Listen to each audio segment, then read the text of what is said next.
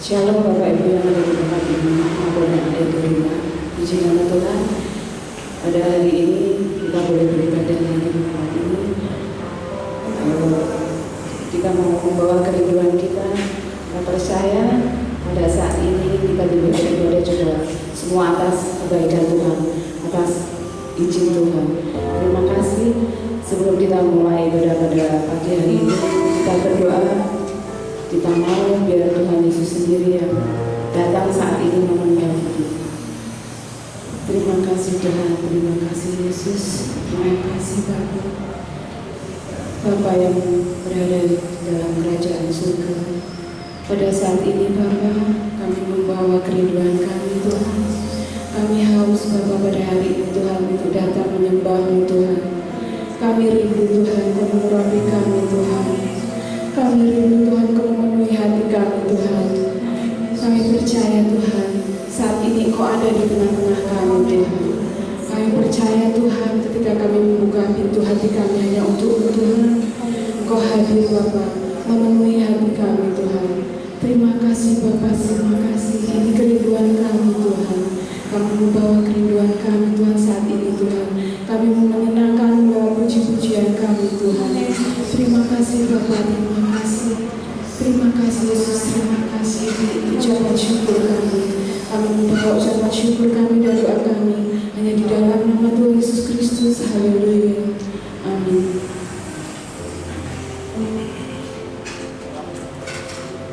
Terima kasih Yesus, terima kasih.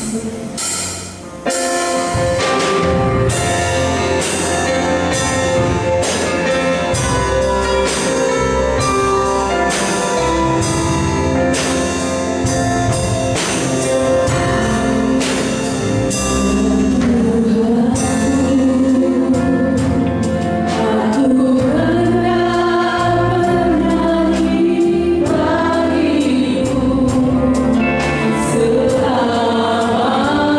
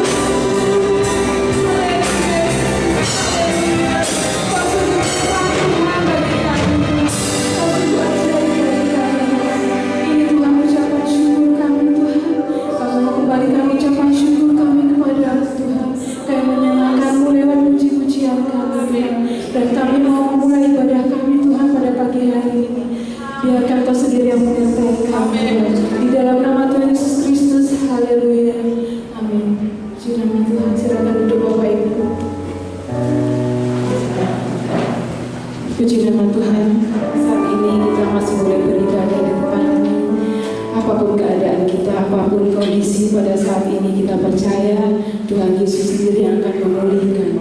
Terima kasih, terima kasih. Kita memujikan, jangan lelah mengiring Yesus. Apapun semuanya kita mengiring.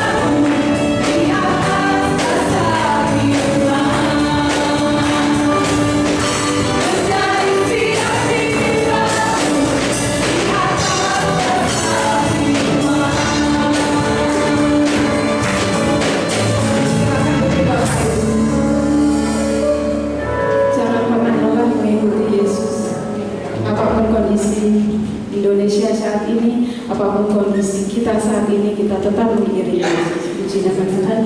Kita akan memberikan persembahan pertama.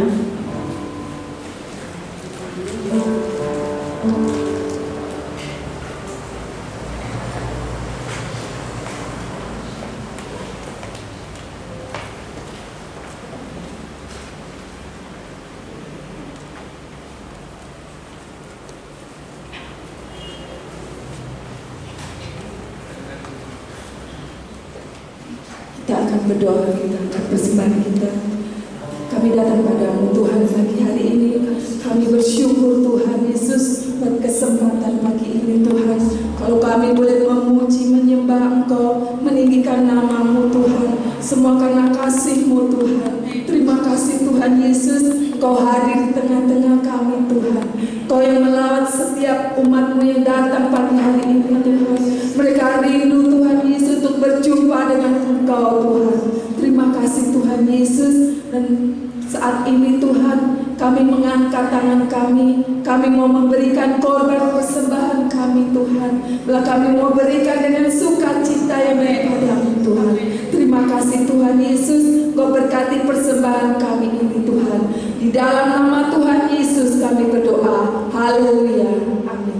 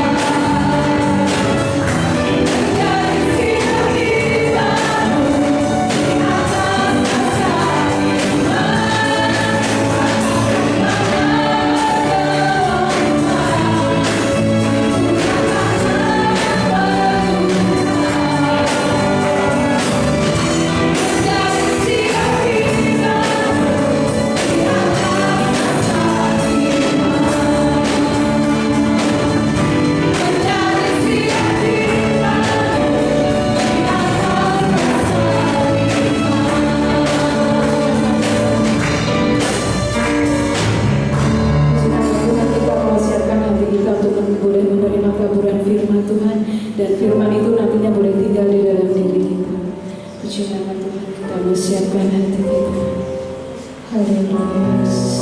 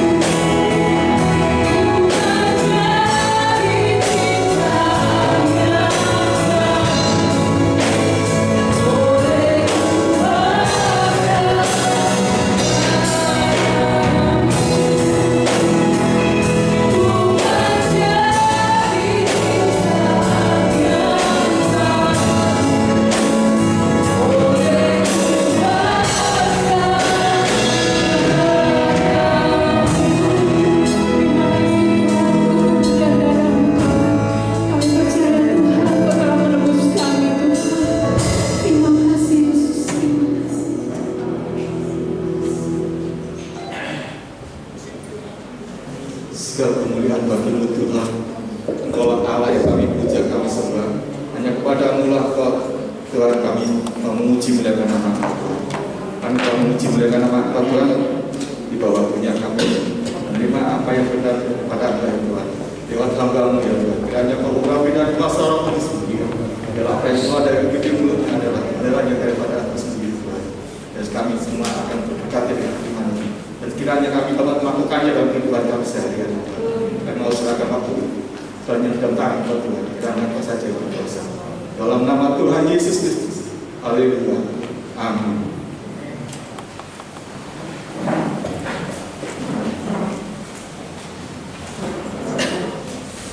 Haleluya. Puji Tuhan. Ada haleluya. Puji Tuhan. Oleh kasih dan kemurahan Tuhan, anugerah Tuhan, kita semua boleh ada sebagaimana kita ada.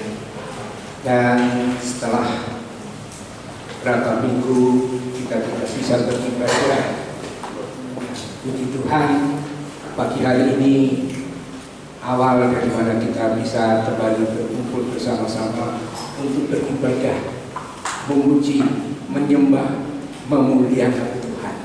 Puji Tuhan. Dan kesempatan yang indah ini adalah di mana kita bisa mendengar firman Tuhan dan Roh Kudus berkarya di dalam kehidupan kita.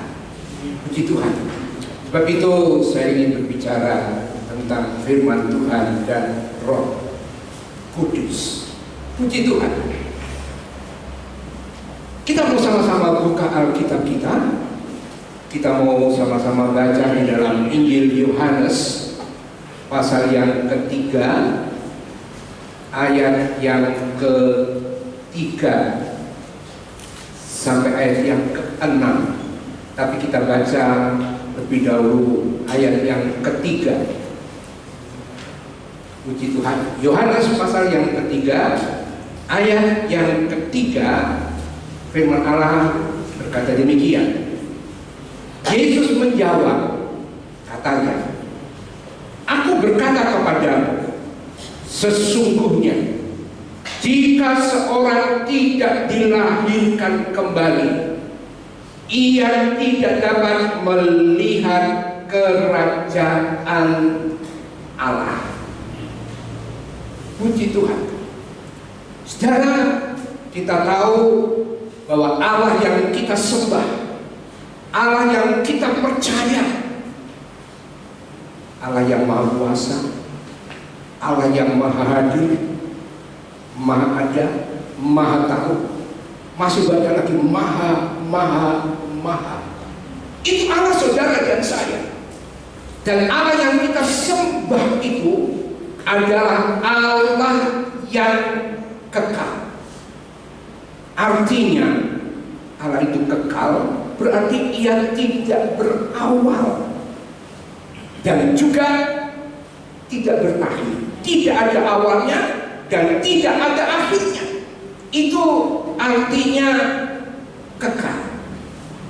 Demikian juga semua manusia itu dijadikan oleh Allah. Dan semua manusia juga merupakan makhluk yang kekal. Itu harus kita tahu. Manusia, saudara dan saya, adalah makhluk yang kekal. Cuma bedanya, kalau Allah itu tidak berawal dan tidak berakhir. Tapi saudara dan saya yang dijadikan oleh Allah mempunyai awal, ada awalnya ketika kita lahir ke dalam dunia ini. Tetapi tidak akan berakhir. Jadi kita juga adalah manusia, makhluk yang kekal, ada awalnya, tetapi tidak ada akhirnya. Itu harus kita tahu. Saya manusia yang diciptakan oleh Allah itu jatuh dalam dosa. Mengapa? tidak mau taat kepada firman Tuhan, tidak mau taat kepada perintah Allah. Artinya manusia melanggar perintah Allah, sehingga manusia jatuh di dalam dosa. Dan firman Allah jelas mengatakan semua manusia sudah dilahirkan sudah mewarisi dosa. Dan upah dosa yang mengerikan itu adalah maut, kematian yang kekal.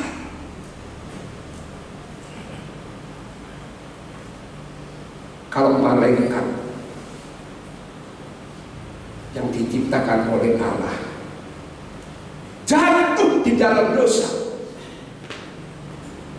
maka kepada malaikat itu tidak ada pengampunan. Jumlahnya banyak sekali. Kalau malaikat jatuh dalam dosa, tidak ada pengampunan. Sebagian sudah menjadi penghuni neraka, tempat yang sangat mengerikan itu. Sebagian lagi dipimpin oleh Lucifer, setan atau iblis itu tinggal menunggu waktunya. Sebentar lagi juga akan dicampakkan ke dalam api neraka. Tetapi saudara dan saya, kita patut bersyukur karena Allah sangat mengasihi saudara dan saya. Allah sangat mengasihi manusia. Allah kejar manusia. Sekali lagi, karena Allah mengasihi manusia, Allah mau menjadi manusia. Yesus yang datang ke dalam dunia, dia rela mati di atas kayu salib. Mati di atas kayu salib itu artinya mati sebagai manusia yang hina. Itu Yesus. Padahal kita tahu Yesus itu Allah yang maha mulia, yang maha agung, yang maha suci, yang maha kuasa. Tapi rela dia mati di atas kayu salib sebagai manusia yang paling hina. Mati di atas salib itu mati sebagai manusia hina. Demi apa? Untuk menyelamatkan saudara dan saya. Puji Tuhan. Sebab itu kita patut bersyukur, saudara. Dan bagaimana caranya supaya saudara dan saya selamat, tidak masuk ke neraka, tapi sebaliknya selamat kita masuk ke dalam kerajaan surga. Kalau kita pelajari Alkitab, yang selamat mendapat bonus masuk 1000 tahun damai, masih di dalam dunia ini tapi sudah diperbarui. Sesudah 1000 tahun damai, Allah sudah menyediakan langit dan bumi yang baru, kekal selama-lamanya. Paulus mengatakan, yang mata belum pernah lihat, telinga belum pernah dengar, belum pernah timbul di dalam hati manusia. Apa yang kita lihat di dunia yang sudah maju, canggih, mengagumkan. Tapi dibandingkan surga, langit, bumi yang baru, dunia yang saudara dan saya tinggal ini tidak ada artinya. Puji Tuhan. So itu bagaimana supaya saudara dan saya selamat? Yesus berkata di dalam Yohanes pasal 3 ayat yang ke-3 tadi dikatakan, Aku berkata kepadamu, sesungguhnya jika seorang tidak dilahirkan kembali, ia tidak dapat melihat kerajaan Allah. Jadi untuk selamat, manusia yang sudah jatuh di dalam dosa harus dilahirkan kembali. Jangankan masuk ke dalam kerajaan surga, melihat kerajaan surga saja tidak bisa kalau tidak dilahirkan kembali. Saudara, seorang pemimpin agama Yahudi yang bernama Nikodemus, salah satu anggota Sanhedrin, bukan orang bodoh. Kalau sekarang mungkin dia punya titel itu profesor. Itu Nikodemus. Dan Nikodemus ini seorang pemimpin agama Yahudi, adalah manusia, punya pikiran manusia. Sehingga Nikodemus dia berkata, ketika Yesus berkata kalau tidak dilahirkan kembali tidak bisa melihat kerajaan Allah, dia berkata demikian. Dalam Yohanes pasal yang ketiga ayat yang keempat, Yohanes berkata kepada Yesus, bagaimanakah mungkin seorang dilahirkan kalau ia sudah tua? Dapatkah ia masuk kembali ke dalam rahim ibunya dan dilahirkan lagi? Kata-kata Nikodemus tadi menjawab perkataan Yesus dengan kata lain, itu hal yang mustahil, tidak mungkin dilahirkan kembali. Dan firman Allah katakan, kalau saudara baca ayat yang ke-6, ya, dikatakan demikian, apa yang dilahirkan dari daging, semua manusia dilahirkan dari daging, dari lahir. Apa yang dilahirkan dari daging adalah daging, dan apa yang dilahirkan dari roh adalah roh.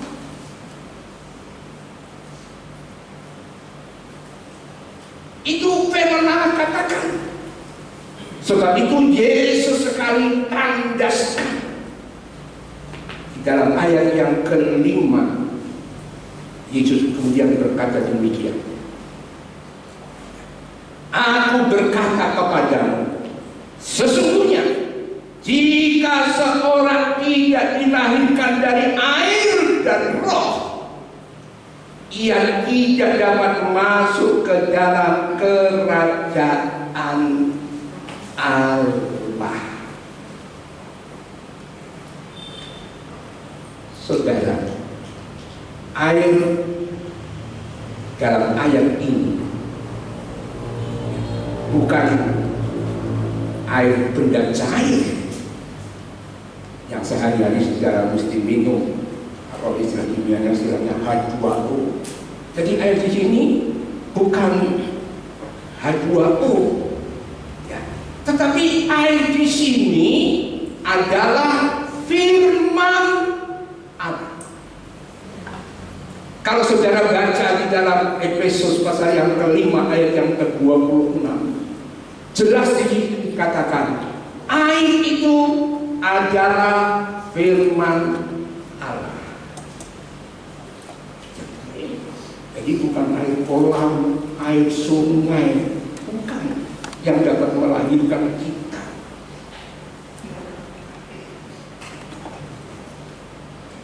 Kalau saudara baca di dalam 1 Petrus pasal yang ke-1 ayat yang ke-23 dikatakan demikian, karena kamu telah dilahirkan kembali bukan dari benih yang fana, tetapi dari benih yang tidak fana, oleh firman Allah yang hidup dan yang kekal.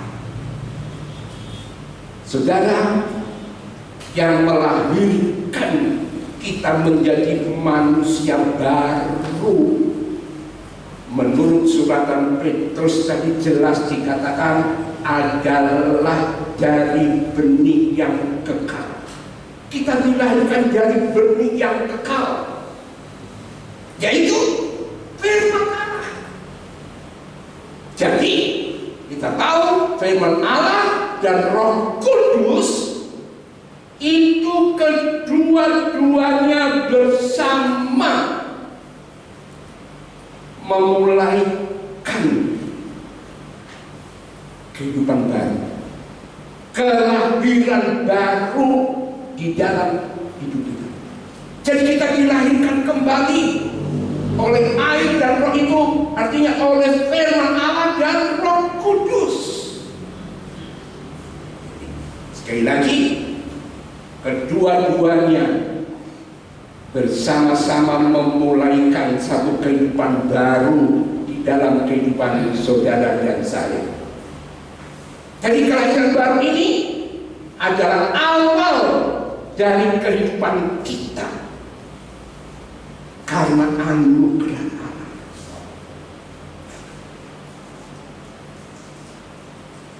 Kalau saudara baca di dalam 2 Korintus pasal yang ke-5 ayat yang ke-17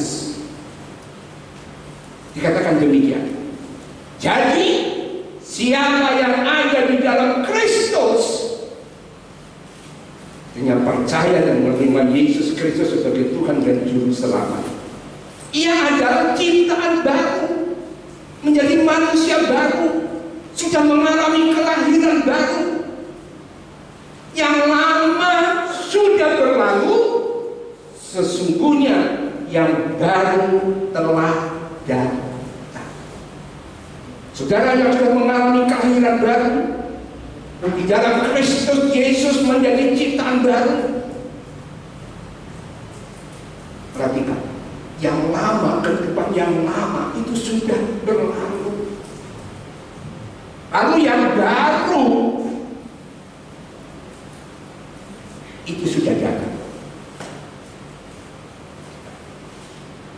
Jadi Tuhan membuat kita yang ada di dalam Kristus sekali lagi menjadi ciptaan baru. Saya tekankan tadi, yang lama harus berlalu, yang baru sudah datang. Jadi perhatikan, saya akan bawa saja saudara di dalam Efesus pasal yang kedua ayat yang ke-8 sampai ayat yang ke-10. Di sana dikatakan, sebab karena kasih karunia kamu diselamatkan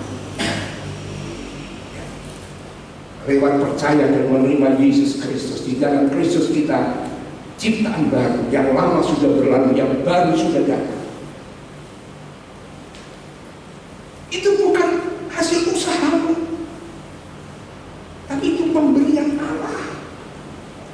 Itu bukan hasil pekerjaanmu.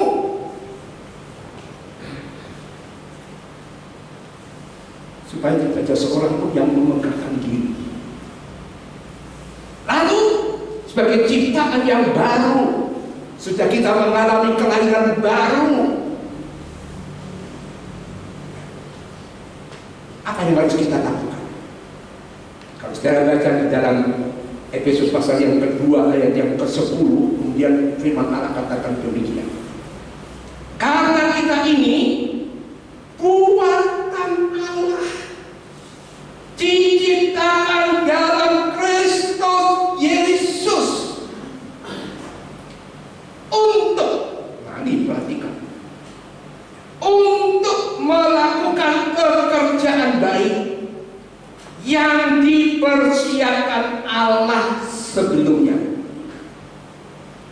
Ia mau supaya kita hidup di dalamnya. Saudara, lewat Efesus 2 ayat 10 ini dijelaskan kita ini adalah buatan Allah. Kelahiran baru, ciptaan baru. Kita ini buatan Allah. Sekali lagi, kita ini buatan Allah, bukan buatan manusia. Yang lama sudah berlalu, yang baru sudah datang. Nah, sebagai ciptaan baru, maka Tuhan sudah persiapkan untuk apa? Tadi saya katakan, untuk melakukan pekerjaan baik yang dipersiapkan Allah sebelumnya. Dan Allah mau supaya saudara dan saya ada di dalamnya. Sebagai ciptaan baru, Allah sudah menyiapkan semuanya. Allah pimpin hidup kita. Allah campur tangan dalam hidup kita. Dipersiapkan untuk perbuatan yang baik, sehingga hidup kita menjadi berkat. Akan lewat hidup kita mereka bisa melihat Kristus yang ada di dalam kita. Satu contoh yang luar biasa, saudara bisa baca di dalam Injil Lukas pasal yang ke-19, yaitu tentang Zakheus. Kita tahu siapa ini Zakheus. Dia seorang kepala pemungut cukai di Yerusalem. Bukan orang bodoh, kepala pemungut cukai, meskipun orang yang baik, tapi dia punya kepandaian yang luar biasa. Zakheus. Satu waktu dia ingin melihat siapa itu Yesus.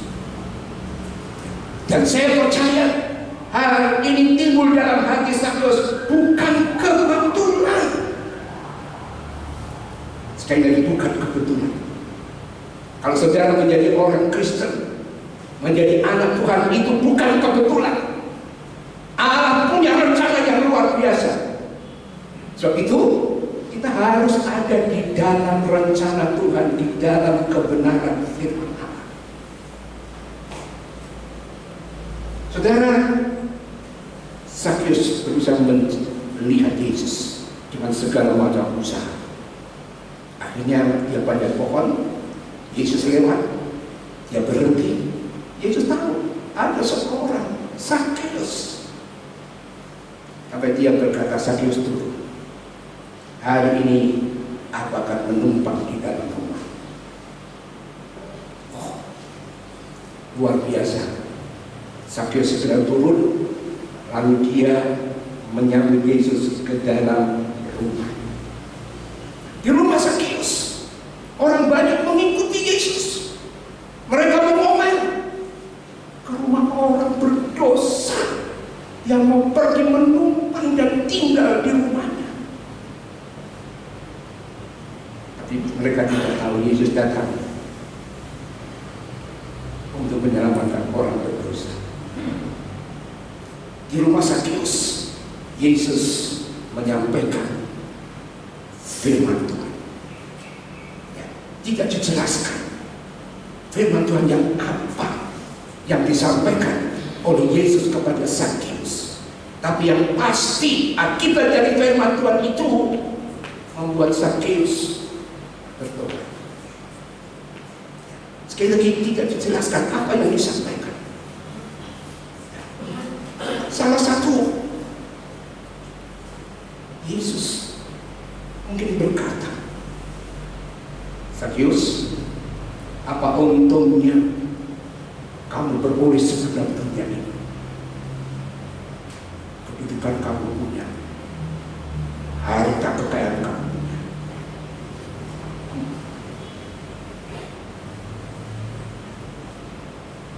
Mungkin saja itu yang disampaikan Yesus.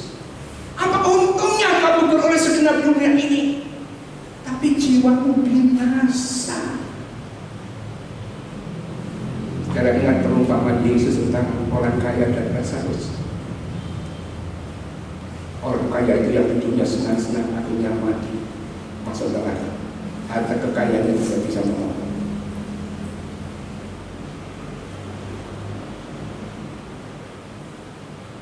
Firman Allah juga katakan, kalau saudara baca di dalam surat Timotius, di dalam surat Timotius pasal yang 1 Timotius pasal yang ke-6, ya. Di sana kalau saudara membaca ayat yang ke-8, ya, dikatakan, tetapi mereka yang ingin kaya terjatuh ke dalam pencobaan, ke dalam jerat, dan ke dalam berbagai-bagai nafsu yang hampa dan yang mencelakakan, yang menenggelamkan manusia ke dalam keruntuhan dan kebinasaan. Tetapi mereka yang ingin kaya, menjadi orang kaya tidak salah, saudara. Justru kepada umat Tuhan Allah menyediakan berkat kekayaan yang berlimpah. Tapi jangan lupa, kekayaan yang Tuhan berikan kepada kita itu hanya titipan. Kita harus kelola dengan baik. Allah bisa membuat saudara menjadi orang yang sangat kaya hanya dalam beberapa hari. Allah sanggup. Tapi Allah juga sanggup hanya dalam sekejap saja saudara menjadi orang miskin. Ingat Ayub, orang yang paling kaya di Lus. Tapi untuk menjadi miskin hanya dalam waktu yang sekejap saja. Sekali lagi, menjadi kaya tidak salah, tapi harus hati-hati. Jangan baca tadi, kalau kita tidak hati-hati, kekayaan itu bisa membuat kita jatuh ke dalam pencobaan. Oh, saya nggak bisa jelaskan, terlalu banyak waktu. Setelah baca tadi ayat yang ke-8, ayat yang ke-9, yang berakhir dengan kebinasaan. Ada apa dengan uang itu? Padahal Sakius setiap hari kita bangun tidur, kerja, cari uang dan seterusnya. Sampai dikatakan dia sangat kaya, apalagi dia seorang kepala pemungut sungai. Tapi hati-hati. Lalu dalam ayat yang ke-10, ya, dalam surat Timotius tadi dikatakan, karena akar segala kejahatan ialah cinta uang. Sebab oleh memburu uanglah beberapa orang telah menyimpang dari iman dan menyiksa dirinya dengan berbagai-bagai duka. Uangnya tidak salah, berkatnya tidak salah, Tuhan berkati, tapi tidak harus tahu. Uang itu akan segala kejahatan. Apalagi kalau kita sudah cinta uang. Nah, itu sudah. Tuhan berikan menjadi nomor 2. Cinta akan uang itu akar segala kejahatan yang bisa membuat manusia jatuh.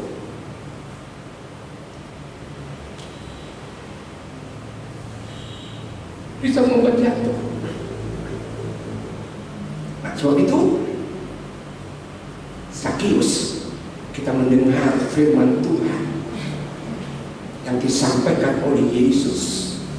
Saya percaya Sakius mendengarkan firman Tuhan itu dengan sungguh-sungguh. Ya, betul-betul buka telinga, buka hati. Itu kita bisa lihat akibat daripada Sakyus ini mendengarkan firman Allah dengan sungguh-sungguh, bukan asal mendengar. Orang yang bisa tubuhnya di dalam gereja mendengar, tapi pikiran bisa melayani kemana-mana. Ini yang harus kita bisa tiru dari Sakyus. Dia mendengarkan firman Allah dengan sungguh-sungguh, sehingga Sakyus ketika mendengar firman yang penuh dengan kuasa yang disampaikan oleh Yesus, Sakyus percaya.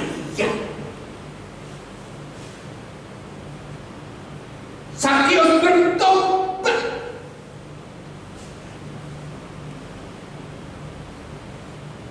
Sakyus menjadi ciptaan baru, mengalami kelahiran baru. Yang lama sudah berlalu, yang baru sudah datang.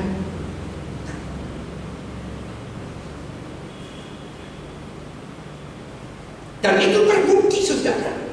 Coba kalau saudara baca dalam Injil Lukas pasal yang ke-19 ya, di dalam ayat yang ke-8 berkata demikian. Tetapi Sakyus berdiri setelah mendengar firman Tuhan. Dengan sungguh-sungguh dia percaya, dia bertobat. Dia lahir baru, menjadi ciptaan yang baru.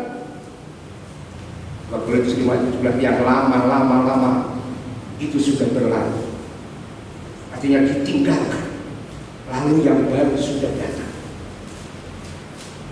Nah, kita lihat Sakyus berdiri dan berkata kepada Tuhan, Tuhan, setengah dari milikku akan kuberikan kepada orang miskin, dan sekiranya ada sesuatu yang kuperas dari seseorang akan kukembalikan 4 kali lipat.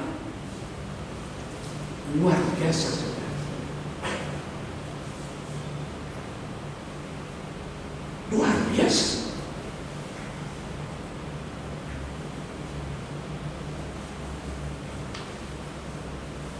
Ini dialami Sakyus, nyata sekali. Sekarang kita bandingkan dengan kehidupan kita. Setelah kita percaya dan terima Yesus, kita dilahirkan baru. Itu baru syarat pertama untuk bisa melihat kerajaan surga. Tapi ditekankan lagi harus lahir baru. Lahir baru dikerjakan oleh firman dan Roh Kudus. Baru bukan saja melihat, tapi masuk dalam kerajaan surga. Ada satu perubahan, yang lama sudah berlalu, yang baru sudah datang. Kalau dulu pekerjaannya, usahanya ada unsur memeras, dia bakal di kepala pengunjung. Ada unsur memeras, dia katakan kalau ada yang peras akan kukembalikan 4 kali lipat. Jadi kalau di dalam usaha, dalam pekerjaan, dalam bisnis ada unsur memeras, yang lama sudah berlalu. Stop. Bertobat supaya kita jangan kehilangan keselamatan yang Tuhan sudah anugerahkan.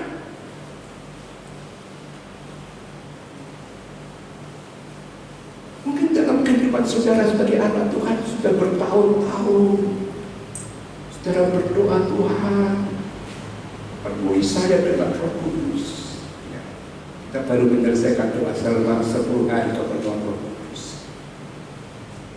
Tapi mungkin ada di antara saudara yang sudah bertahun-tahun berdoa, Tuhan penuhi saya dengan Roh Kudus.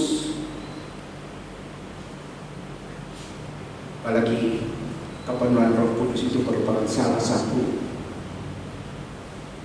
hal yang harus kita miliki. kita alami.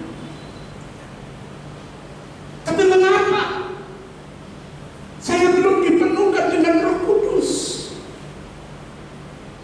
Mungkin ada di antara saudara yang bertanya-tanya. Mungkin ada salah satu kamar ruangan di hati saudara yang saudara kunci dengan rapat. Saya katakan mungkin ada banyak kamar, tapi ada salah satu kamar yang saudara kunci rapat-rapat. Saudara tidak mau buka. Kamar apa itu? Ruangan apa itu? Nah, kamar itu mungkin berhubungan dengan bisnis saudara, usaha saudara, pekerjaan saudara. Itu saudara kunci rapat-rapat, tidak mau dibuka. Sebab kalau dibuka, Roh Kudus masuk.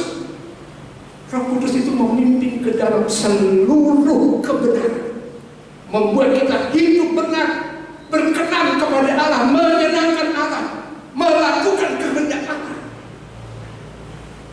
Roh Kudus datang untuk memimpin kita ke dalam seluruh kebenaran. Apa itu kebenaran? Nah, kalau saya buka, aduh, saya lebih besar. Keuntungan saya hilang dan sebagainya. Kalau itu menuntun ke dalam seluruh kebenaran.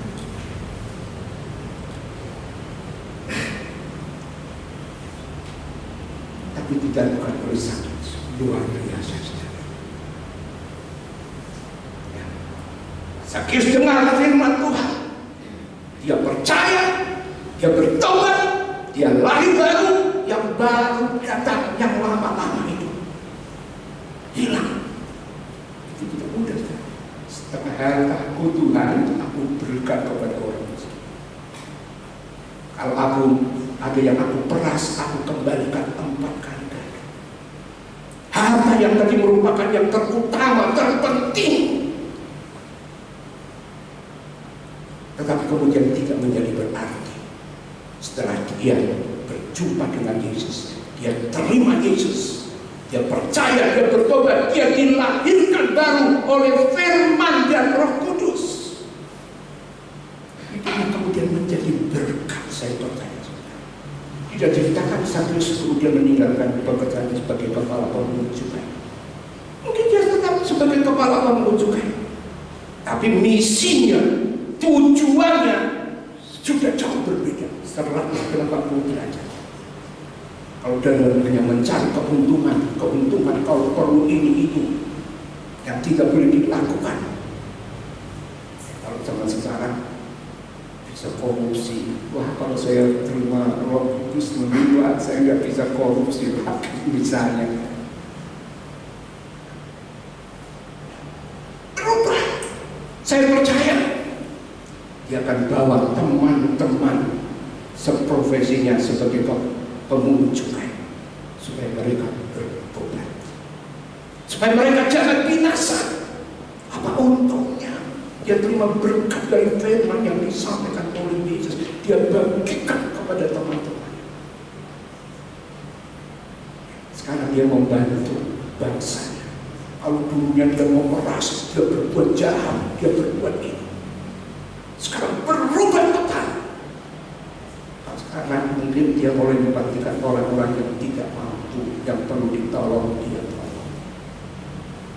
Mungkin bantu rumah jompo, mungkin membantu ini dan itu. Apa yang dia bisa bantu? Secara tidak langsung dia simpan harta itu di surga. Puji Tuhan, satu perubahan yang total. Ya, sampai melihat itu Yesus berkata dalam ayat yang ke-9, Lukas pasal yang ke-19 ayat yang ke-9, dikatakan demikian. Kata Yesus kepadanya, hari ini telah terjadi keselamatan kepada rumah ini, Karena orang ini pun anak Abraham. Keselamatan itu hal yang terpenting. Zakheus sudah terbuka. Semua tidak ada artinya dibandingkan keselamatan. Begitu. Puji Tuhan. Keselamatan itu tidak penting. Di dunia ini hanya sementara. Kita nikmati, kita beri hanya sementara. Kalau kita tidak kuat, hati-hati. Tadi Timotius 6 tadi. Sekarang Zakheus 1 Timotius 6 ayat yang ke-8, asal ada cukup, asal ada makanan, ada pakaian cukup. Berubah sekali pandangan Zakheus. Puji Tuhan. Saudara, mari. Sebab itu buka hati saudara. Buka hati. Alami kelahiran baru yang betul-betul. Setelah saudara dan saya dilahirkan kembali, menerima Yesus sebagai Tuhan dan Juru Selamat, Firman dan Roh Kudus melahirkan kita baru. Sekali lagi kita menjadi ciptaan baru di dalam Kristus. Maka izinkan mulai sekarang Firman Allah dan Roh Kudus harus selalu bekerja dalam kehidupan kita. Kita harus bertumbuh. Paling bagus seperti bayi, tidak tinggal bayi. 1 Petrus 2 ayat kedua, 1 ayat 2. Di bayi selalu ingin air susu yang murni Firman Allah Roh Kudus, supaya bertumbuh menjadi dewasa, menjadi besar. Jadi setelah kita dilahirkan kembali menjadi ciptaan baru, ingat baik-baik, Firman Allah dan Roh Kudus harus selalu bekerja dalam hidup kita. Kita harus bertumbuh, menjadi kuat, menjadi besar, bahkan menjadi sempurna sampai sama seperti Yesus. Saya tekankan dua perkara ini harus ada melingkupi hidup kita, harus selalu ada. Apalagi kita tahu kita sudah hidup di hari-hari terakhir dan akhir zaman. Gak tahu kapan Yesus datang, tapi tanda-tanda saya berikan. Corona ini masih belum seberapa, saudara. Ada hal yang lebih dahsyat lagi. Tapi kita bersyukur. Saya itu sekali lagi, dua perkara ini harus melingkupi hidup saudara dan saya. Firman Allah dan Roh Kudus. Saudara bisa baca di dalam 2 Timotius pasal 3 ayat yang ke-17. Saudara baca di sana dikatakan firman Allah untuk diperlukan oleh saudara dan saya. Sekali lagi, firman Allah diperlukan oleh saudara dan saya. Untuk apa, saudara? Untuk memperlengkapi hidup kita. Dan bukan hanya firman Allah yang kita perlukan untuk memperlengkapi hidup kita, tapi firman Allah juga berkata, saudara kenal Zakaria 4 ayat yang ke-6. Sana dikatakan, bukannya oleh kuat, bukannya oleh gagah, tetapi oleh Rohku, kata Tuhan. Jadi firman Allah dan Roh Kudus perlu. Sekali lagi, kita hidup di akhir zaman menjelang kedatangan Yesus. Kita harus bertumbuh, bukan cuma lahir baru, ciptaan baru, tapi harus bertumbuh. Tujuannya menjelang kedatangan Yesus menjadi serupa dengan Yesus.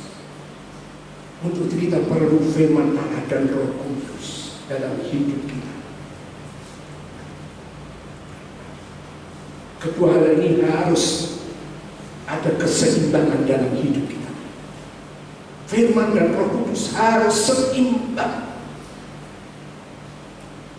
Jangan terus kita terus menerus kita hanya firman. Tapi kita mengabaikan pekerjaan Roh Kudus. Atau jangan kita terus menerus Roh Kudus, tapi kita mengabaikan firman Allah.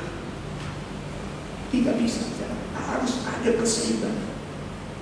Firman Allah dan Roh Kudus, keduanya harus sekali lagi ada dalam hidup kita.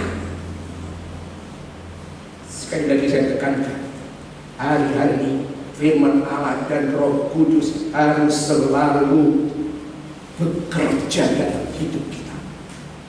Supaya apa? Supaya kita menjadi tempat kediaman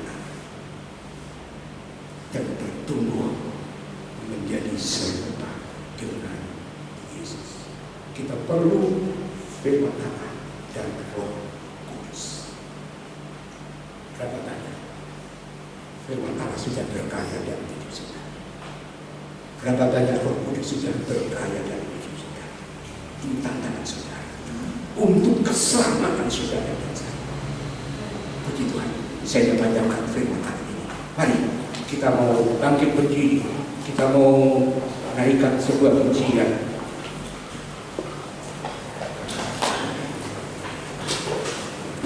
Terima kasih Tuhan.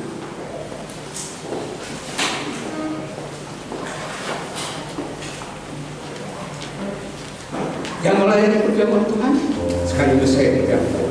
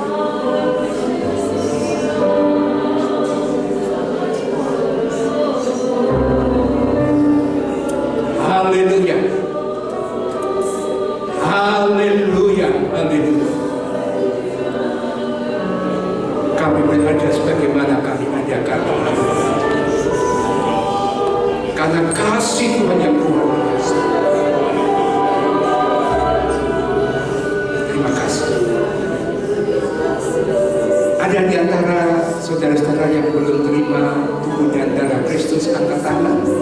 Nanti akan kami layani. Kalau semua sudah terima, mari saudara tetap berdiri, kita pegang tubuh Kristus. Meskipun roti yang kita pegang, tapi kita berdiri di atas kebenaran firman Allah seperti kata Yesus. Dengan tangan kanan kita angkat tinggi-tinggi dengan firman Allah. Pada malam waktu Yesus akan ditangkap, diambilnya roti, mengucap syukur, lalu dipecah-pecahkan dan dibagikan kepada murid-muridnya sambil berkata, inilah tubuhku. Seberapa banyak kali kamu makan, ingat akan Yesus. Kita ingat Yesus dalam kehidupannya. Sekali lagi, tidak pernah dia merasa sakit. Dia selalu kuat, selalu bersemangat dalam menyelesaikan misinya menyelamatkan manusia. Sebab itu biarlah kesehatan ilahi, kesehatan dari Yesus mengalir dalam tubuh kita. Sehingga hari-hari ini kalau ada COVID-19 yang ganas itu, tapi dimatikan, dibakar oleh kuasa kesehatan ilahi yang mengalir dalam hidup kita, sehingga kita tetap kuat dan sehat. Puji Tuhan. Mari kita mau makan tubuh Kristus dengan percaya, supaya kesehatan ilahi mengalir dalam hidup kita. Kita percaya dalam nama Yesus kita makan. Haleluya.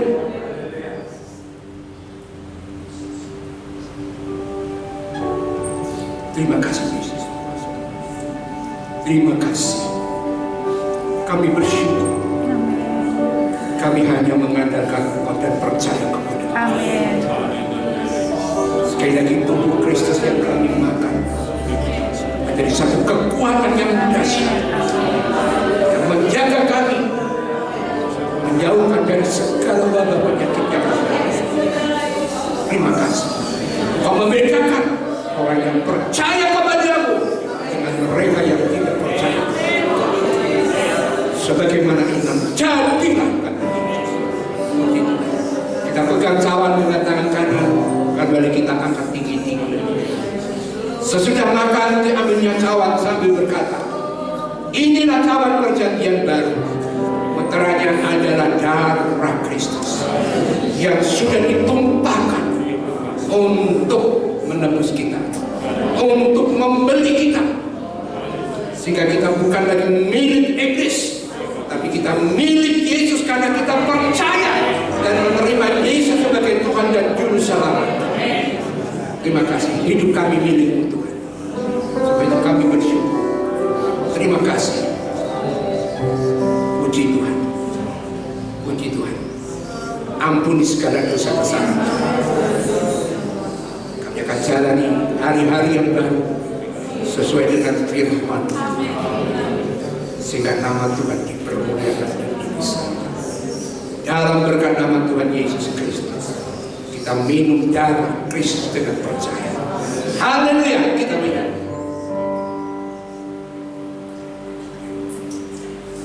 Terima kasih. Terima kasih. Terima kasih. Ya Bapa besar, kami bersyukur. Terima kasih. Terima kasih. Biar dari awal yang kami mulai pada pagi hari ini, kami akan jalani hari-hari berikutnya sesuai dengan kebenaran kami ciptaan baru. Yang lama sudah berlalu, yang baru sudah datang, dan kami akan terus bertumbuh di dalam kebenaran firman Allah dan Roh Kudus, supaya kami disempurnakan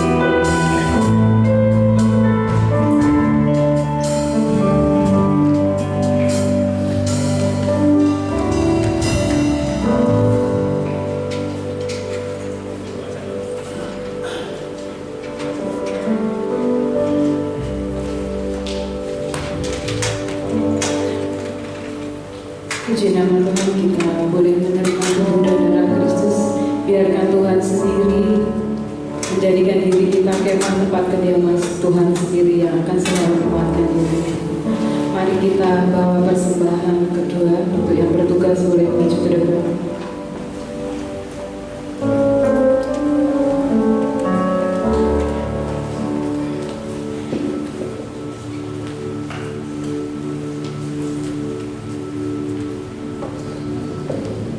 Haleluya Yesus.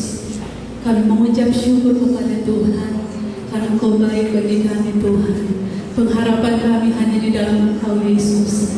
Dan di saat ini Bapa, tangan-tangan kami terangkat di hadapan-Mu. Kami mau berikan korban persembahan kami. Biarlah Tuhan Engkau yang sucikan hati kami, sucikan persembahan kami ini Tuhan. Biarlah persembahan ini berguna hanya untuk hormat dan kemuliaan nama-Mu saja Tuhan. Terima kasih Tuhan, berkati setiap kami Tuhan yang sudah memberi saat ini. Kami mengucap syukur dan kami siap untuk memberikan korban persembahan ini hanya di dalam nama Tuhan Yesus Kristus. Haleluya. Amin.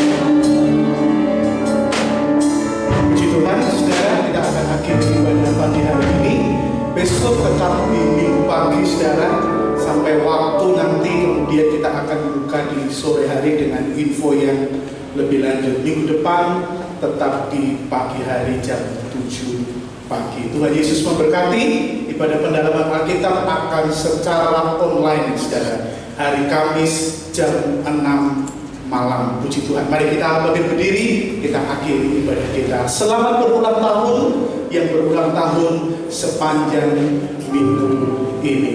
Tuhan Yesus memberkati. Yang akan dibaptis tolong tunggu sebentar, ada info lebih lanjut ya. Nanti tunggu di gereja sebentar. Puji Tuhan. Terima kasih Tuhan Yesus. Kami sudah beribadah di awal bulan Juni ini Tuhan, di tengah epidemi corona yang semakin mewabah di dunia ini. Tetapi kasih Tuhan senantiasa menjaga kami, senantiasa melindungi kami. Bahkan mujizatnya tidak pernah berubah atas hidup kami. Karena gereja akan disempurnakan di akhir zaman ini. Anak-anak Tuhan akan dibuat lebih berkualitas karena pekerjaan firman dan Roh Kudus. Itu sebab menjadi kesaksian bagi dunia ini. Dan kami berdoa ada banyak jiwa-jiwa juga dimenangkan untuk hormat dan kemuliaan Tuhan. Tuhan berkati Indonesia, berkati Bapak Presiden kami Bapak Jokowi, Menteri, TNI, Polri, Gubernur, Bupati, Wali Kota, Camat, Lurah, RT, RW. Berkati mereka Tuhan untuk memberkati tugas membawa Indonesia ini lebih baik. Berkati tim dokter, tim perawat, bahkan relawan-relawan semua yang hari ini bekerja keras di garis depan. Tuhan juga memberkati mereka kekuatan kesehatan bagi mereka yang sakit terjangkit COVID-19. Kami berdoa di dalam nama Yesus. Yesus sanggup sembuhkan mereka. Yesus sanggup pulihkan Tuhan Yesus, terima kasih. Jemaat-Mu yang sakit Tuhan sembuhkan, yang susah Tuhan hidupkan, yang berulang tahun diberkati oleh Tuhan, yang sudah lanjut usia Tuhan juga tolong beri kekuatan, kesehatan yang daripada Tuhan. Ada jemaat yang di luar kota, suami istri berpisah, anak-anak keluarga berpisah. Tuhan tolong dimanapun mereka berada, Tuhan berkati mereka. Terima kasih Tuhan. Sebentar kami akan pulang tinggalkan tempat ini. Mari Tuhan menyertai sebagaimana kami datang diberkati Tuhan, kami pulang pun diberkati Tuhan. Sepanjang minggu ini kami akan bekerja, Tuhan juga tolong dan memberkati kami. Mari kita angkat kedua tangan kita. Bapak Ibu Saudara yang dikasihi Tuhan, pulanglah, terimalah, dan bawalah berkat yang datangnya dari Allah, kasih dan sayang dari anak yang tunggal Yesus Kristus, serta persekutuan dari Roh Kudus menyertai kita di dalam berkat nama Tuhan Yesus Kristus. Haleluya. Amin. Saudara pulangnya bergantian, saudara ya. Tuhan Yesus memberkati. Dari belakang lebih dahulu.